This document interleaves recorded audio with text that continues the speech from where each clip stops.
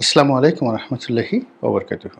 সম্মানিত দর্শক, আপনারা অনেকে দেখেছেন যে একজন বয়োবৃদ্ধ মানে চিশতিয়াপন্থী ফকির বা তাদেরকে পাগল বলতে পারেন। তারা নিজেদেরকে এইভাবে দরবারি পাগল হিসেবে পরিচয় দিতেই পছন্দ করেন। বাংলাদেশে এরকম হাজার হাজার লোকজন রয়েছেন। কেউ হয়তো মাজার ভক্ত, কেউ হয়তো তরিকাপন্থী, এরকম। তো যারা মাজার ভক্ত, লম্বা দাড়ি রাখেন, চুল কাটেন না, লম্বা চুল থাকে, হাতে অনেকগুলো বালা পরেন, গলায় মালা পরেন, অনেকে গান করেন, অনেকে কিঞ্চিৎ গাঁজা খান এবং বিভিন্ন মাজারে তারা ঘুরে বেড়ান। এই মানুষগুলো অনেকটা সংসার বিরাগী। সংসারের প্রতি তাদের কোনো এরকম লোভ লালসা নেই এবং তাদের এই অভ্যাসের জন্য তাদের পরিবার পরিজনও ঠিক অনেকটা তাদেরকে সন্ন্যাসী হিসেবে গ্রহণ করে ফেলেছে। এই যে সন্ন্যাস ধর্ম বা এই যে একটা ভাববাদী অভিব্যক্তি, সংসার বিরাগী হয়ে স্রষ্টাকে খুঁজে বেড়ানো, এটি অনাদিকাল থেকে চলে আসছে। হিন্দু, বৌদ্ধ, খ্রিস্টান সকল মূল ধর্মে আছে। এমনকি বৈদিক ধর্ম বলতে যে সকল নৃগোষ্ঠীর ছোট ছোট ধর্ম রয়েছে, সেখানেও এরকম বহু সন্ন্যাসী আপনি দেখতে পাবেন। বনে জঙ্গলে, পাহাড়ে পর্বতে, মরুভূমিতে তারা ঘুরে বেড়াচ্ছে হাজার বছর ধরে এবং এই সমাজ তাদেরকে ওইভাবেই গ্রহণ করেছে। এবং আশ্চর্য ব্যাপার হলো যে পৃথিবীর অনেক মহৎ কাজ, অনেক মহৎ আবিষ্কার সব কিন্তু এদের দ্বারাই হয়েছে। আজ আমরা ইবনে সিনাকে নিয়ে গর্ব করি, জাবির আল হায়ানকে নিয়ে গর্ব করি, আজ আমরা সোলোনকে নিয়ে গর্ব করি। সোলোনকে জানেন? পৃথিবীর প্রথম যিনি সংবিধান রচনা করেছিলেন, সোলোন। আর্কিমিডিসকে নিয়ে গর্ব করি, ইউকিপ্লিডিসকে নিয়ে গর্ব করি, পিথাগোরাসকে নিয়ে গর্ব করি। এই যে গর্বের মানুষগুলো, এমনকি সক্রেটিস, তারপর ইতিহাসের জনক হেরোডোটাস, তারপরে পেরিক্লিস, যত গ্রিক দার্শনিক রয়েছেন মোরালের সবাই কিন্তু এরকম ভাবের পাগল ছিলেন। বিজ্ঞানীদের মধ্যে চিন্তা করেন, আইনস্টাইন চিন্তা করেন, নিউটন চিন্তা করেন, বেশিরভাগই ভাবের পাগল ছিলেন। পোশাক আশাক, চাল চলন সব কিছুর মধ্যে একটা পাগলামি ছিল এবং মানুষ সমাজকে বাদ দিয়ে তারা ভিন্ন একটা জগৎ গড়ে তুলেছিল। তো এরকম হয়তো দেখা গেল যে 1,00,000 ভাবের পাগল আছে, তার মধ্যে থেকে একজন বিশেষ কিছু যোগ্যতা অর্জন করে ফেলেন। আপনি লালন শাহের কথা চিন্তা করেন। এখন একজন লালন শাহ বা একজন শাহ আব্দুল করিম কিংবা একজন টিপু মুনশি, আপনার টিপু মুনশির টিপু মুনশি না, ঠিক এই মুহূর্তে আমার নামটা মনে আসতেছে না, মুনশি নাম আর কি, উকিল মুনশি, উকিল মুনশি, কিংবা ধরুন একজন নরেন বিশ্বাস। এই যে যারা কবিয়াল ছিলেন বাংলার আনাচে কানাচে, তারা যে সৃষ্টি করে গেছেন, আপনি আমি আপনার মতো সাধারণ মানুষ হাজার বছর চেষ্টা করেও একটি অক্ষর ওইভাবে আমরা তৈরি করতে পারবো না। এই ভাবের পাগল, ভাব করতে করতে তাদের মধ্য থেকে অনেক কিছু তৈরি হয়। তো এরকম একজন ভাবের পাগল, তাকে কিছু ইসলামপন্থী, কেউ বলছে তৌহিদি জনতা, কেউ বলছে জামাতের লোক, কেউ বলছেন এনিথিং, মানে তারা মাথায় পাগড়ি পরা, লম্বা জুব্বা পরা, সাদা, মুখে দাড়ি, মানে এবং সেই কালো সফেদ দাড়ি, এদেরকে দেখে আফগানিস্তানের তালেবানদের মতো মনে হয় যে আগামীতে তারা একটা রাষ্ট্র প্রতিষ্ঠার জন্য সংগ্রাম করে যাচ্ছে। তারা এই বৃদ্ধকে ধরে তার মাথা কামিয়ে দিয়েছে। দাড়ির অবস্থা কামিয়েছে কিনা আমি বলতে পারবো না, কিন্তু পত্রিকায় এসছে দাড়িও কামিয়েছে। কেন কামিয়েছে এটা নিয়ে নানা রকম মত থাকতে পারে। মূল ব্যাপার হলো যে এটা এখন সারা দুনিয়াতে একটা স্ক্যান্ডাল হয়ে পড়েছে এবং ডক্টর মোহাম্মদ ইউনূসের জন্য ভীষণ রকম একটা দায় তৈরি করে ফেলেছে। দুনিয়া আমাদেরকে যারা চেনেন বা আমাদেরকে নিয়ে যাদের মাথা ব্যথা রয়েছে, তাদের বক্তব্য হলো যে একেই শুরু করলেন ডক্টর ইউনূস। তার জমানাতে উগ্রপন্থী মানুষ কি না করছে বাংলায়। শুধু ধর্মকে ব্যবহার করে যে উগ্রতা দেখাচ্ছে তা নয়, রাজনীতিতে উগ্রতা দেখাচ্ছে, পেশায় উগ্রতা দেখাচ্ছে। যে যেখানে পারছে ডক্টর ইউনূসের সঙ্গে ঘনিষ্ঠ সম্পর্ক রয়েছে বা জুলাই আগস্ট বিপ্লবের সঙ্গে ঘনিষ্ঠ সম্পর্ক রয়েছে এইরকম লোকজন, তারা সেটা তৃতীয় লিঙ্গের হন কিংবা তারা পথবধূ মানে পতিতা, সেটা হন, মাস্তান হন, চাঁদাবাজি হোক বা খুনি হন, ডোম হন, মুসি হন, ডাজ নট ম্যাটার। তাদের সঙ্গে যদি এই ক্ষমতা ধরে এখন যারা লোক রয়েছে তারা তাদের সেই সম্পর্ক থাকে, প্রথমেই তারা একটা মব করতে পারে, যা ইচ্ছে তাই করতে পারে, তারা সন্ত্রাস করতে পারে, চাঁদাবাজি করতে পারে, দখলদারিত্ব করতে পারে এবং তাদের কোনো বিচার হয় না এবং তারা যেখানে ইচ্ছা সেখানে গিয়ে পাইকারি হারে কোর্ট কাছারি থেকে শুরু করে থানা পুলিশে মামলা মোকদ্দমা করতে পারে। তারা যে কোনো লোককে ধরে নিয়ে তারা গারদে ঢুকাতে পারে। এরকম একটা অবস্থা, ভয়, ভীতি বাংলাদেশের ভিতরে ছড়িয়ে পড়েছে, দেশের বাইরে ছড়িয়ে পড়েছে।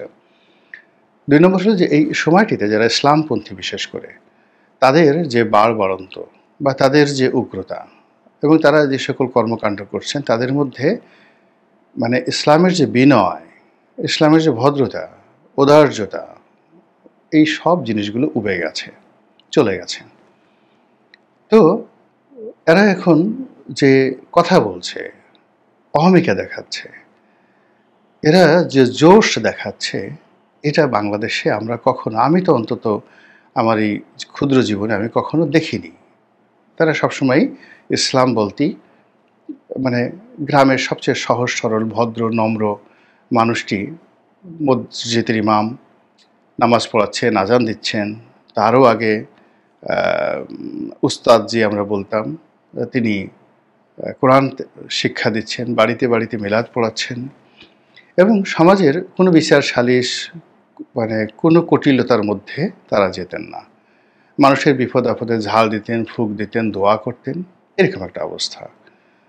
আবার একই সঙ্গে আমরা কিন্তু এই ধরনের ফকির যারা গাঁজা খায়, ভাং খায়, গ্রাম থেকে একটু দূরে বসবাস করে, বড় বড় দাড়ি মোছ রাখে, হিন্দু ধর্মেও আছে, আমরা তাদেরকে সাধু বাবা বলতাম বা সন্ন্যাসী বলতাম।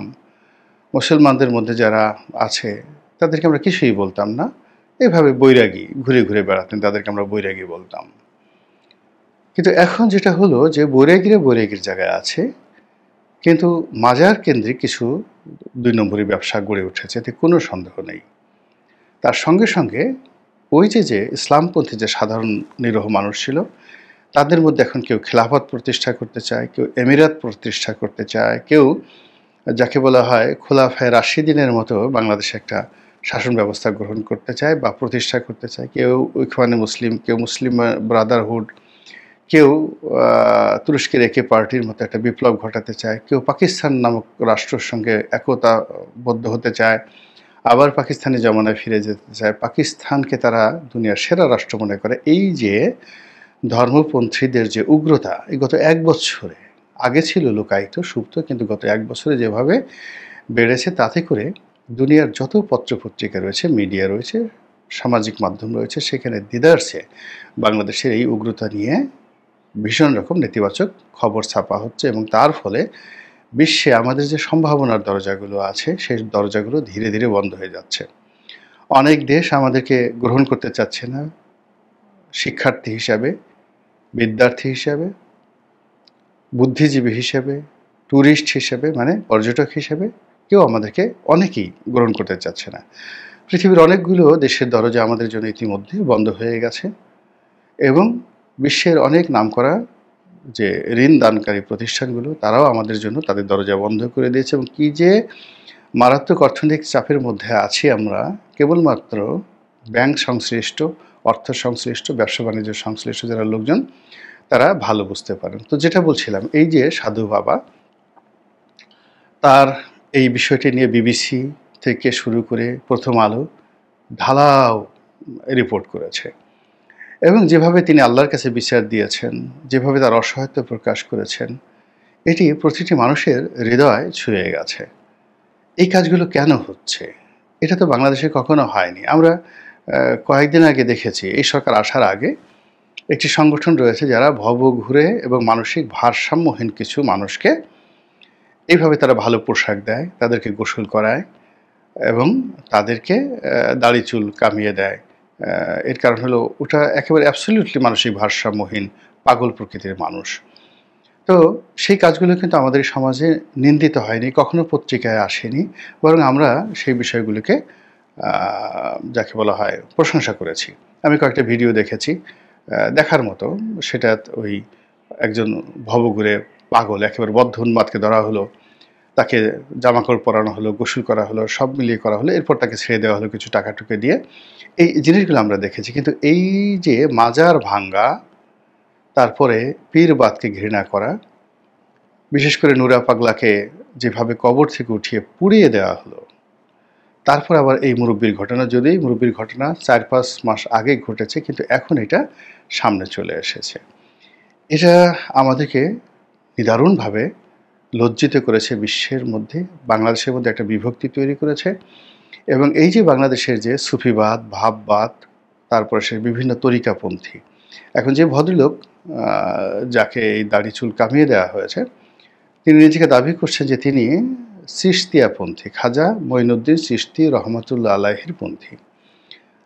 আপনারা যারা দিল্লির মেহরুলিতে খাজা নিজামুদ্দিন আউলিয়ার মাজারে গিয়েছেন, নিজামুদ্দিন আউলিয়ার মাজারের পাশেই কিন্তু তাবলিগের মার্কাজ, দিল্লি মার্কাজ। তো দিল্লি মার্কাজ এবং নিজামুদ্দিন আউলিয়া, তো তাবলিগের যারা লোকজন সেখানে লক্ষ লক্ষ মানুষ আসছে যাচ্ছে, আবার তার পাশ দিয়ে নিজামুদ্দিন আউলিয়ার মাজারে যাচ্ছেন হিন্দু, মুসলিম, বৌদ্ধ, খ্রিস্টান, রাজা, বাদশাহ, উকিল, মুক্তার, নরেন্দ্র মোদী থেকে শুরু করে সবাই। কোনো তো সমস্যা হচ্ছে না। ওখানে বসে গাঁজা খাচ্ছে, ওখানে বসে মসজিদে গিয়ে ইবাদত করছে, ওখানে গান গাচ্ছে এক গ্রুপ, ওখানে গরুর মাংস খাচ্ছে, কোনো সমস্যা নেই। একই দৃশ্য খাজা মঈনুদ্দিন চিশতি রহমতুল্লাহ আলাইহির মাজারে, কোনো সমস্যা হচ্ছে না। ওখানে এরকম চিশতিয়াপন্থী, তরিকাপন্থী যারা লোকজন আছে, তার সঙ্গে সঙ্গে আবার আহলে সুন্নাত ওয়াল জামাতের সবচেয়ে বড় আলেম যারা আছেন, তারা তো ভারতের মাটিতে শায়িত, সেই সৈয়দ আহমেদ ব্রেভলি থেকে শুরু করে আরও অনেকে। তারপর যদি আপনি ধরেন যে এই যে ওহাবিপন্থী মানে জামাত, এই জামাতিপন্থী, তাদের যে বড় মানে শিক্ষালয়, সেই শিক্ষালয় সেটা তো ভারতের মধ্যে দেওবন্দ। তো সেই দেওবন্দ এখন অবশ্য আলাদা হয়ে গেছে, তাবলিগের সাথে হেফাজতের সাথে দেওবন্দের বেশি সম্পর্ক, কিন্তু এই দেওবন্দটা শুরু হয়েছিল কিন্তু এই ওহাবি ইজমের উপর ভিত্তি করে। এবং আপনারা জানেন যে মাওলানা রশিদ আহমেদ গাঙ্গুহি উনি এটার অন্যতম প্রতিষ্ঠাতা ছিলেন, এবং তার সঙ্গে সঙ্গে বেহেশতি জেওর যে লেখক সেটা হলো মৌলানা আশরাফ আলী খান থানভী।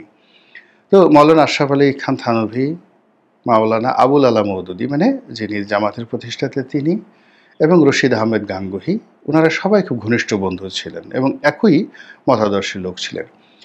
ভারতে তো কখনো এরকম ঘটনা ঘটেনি।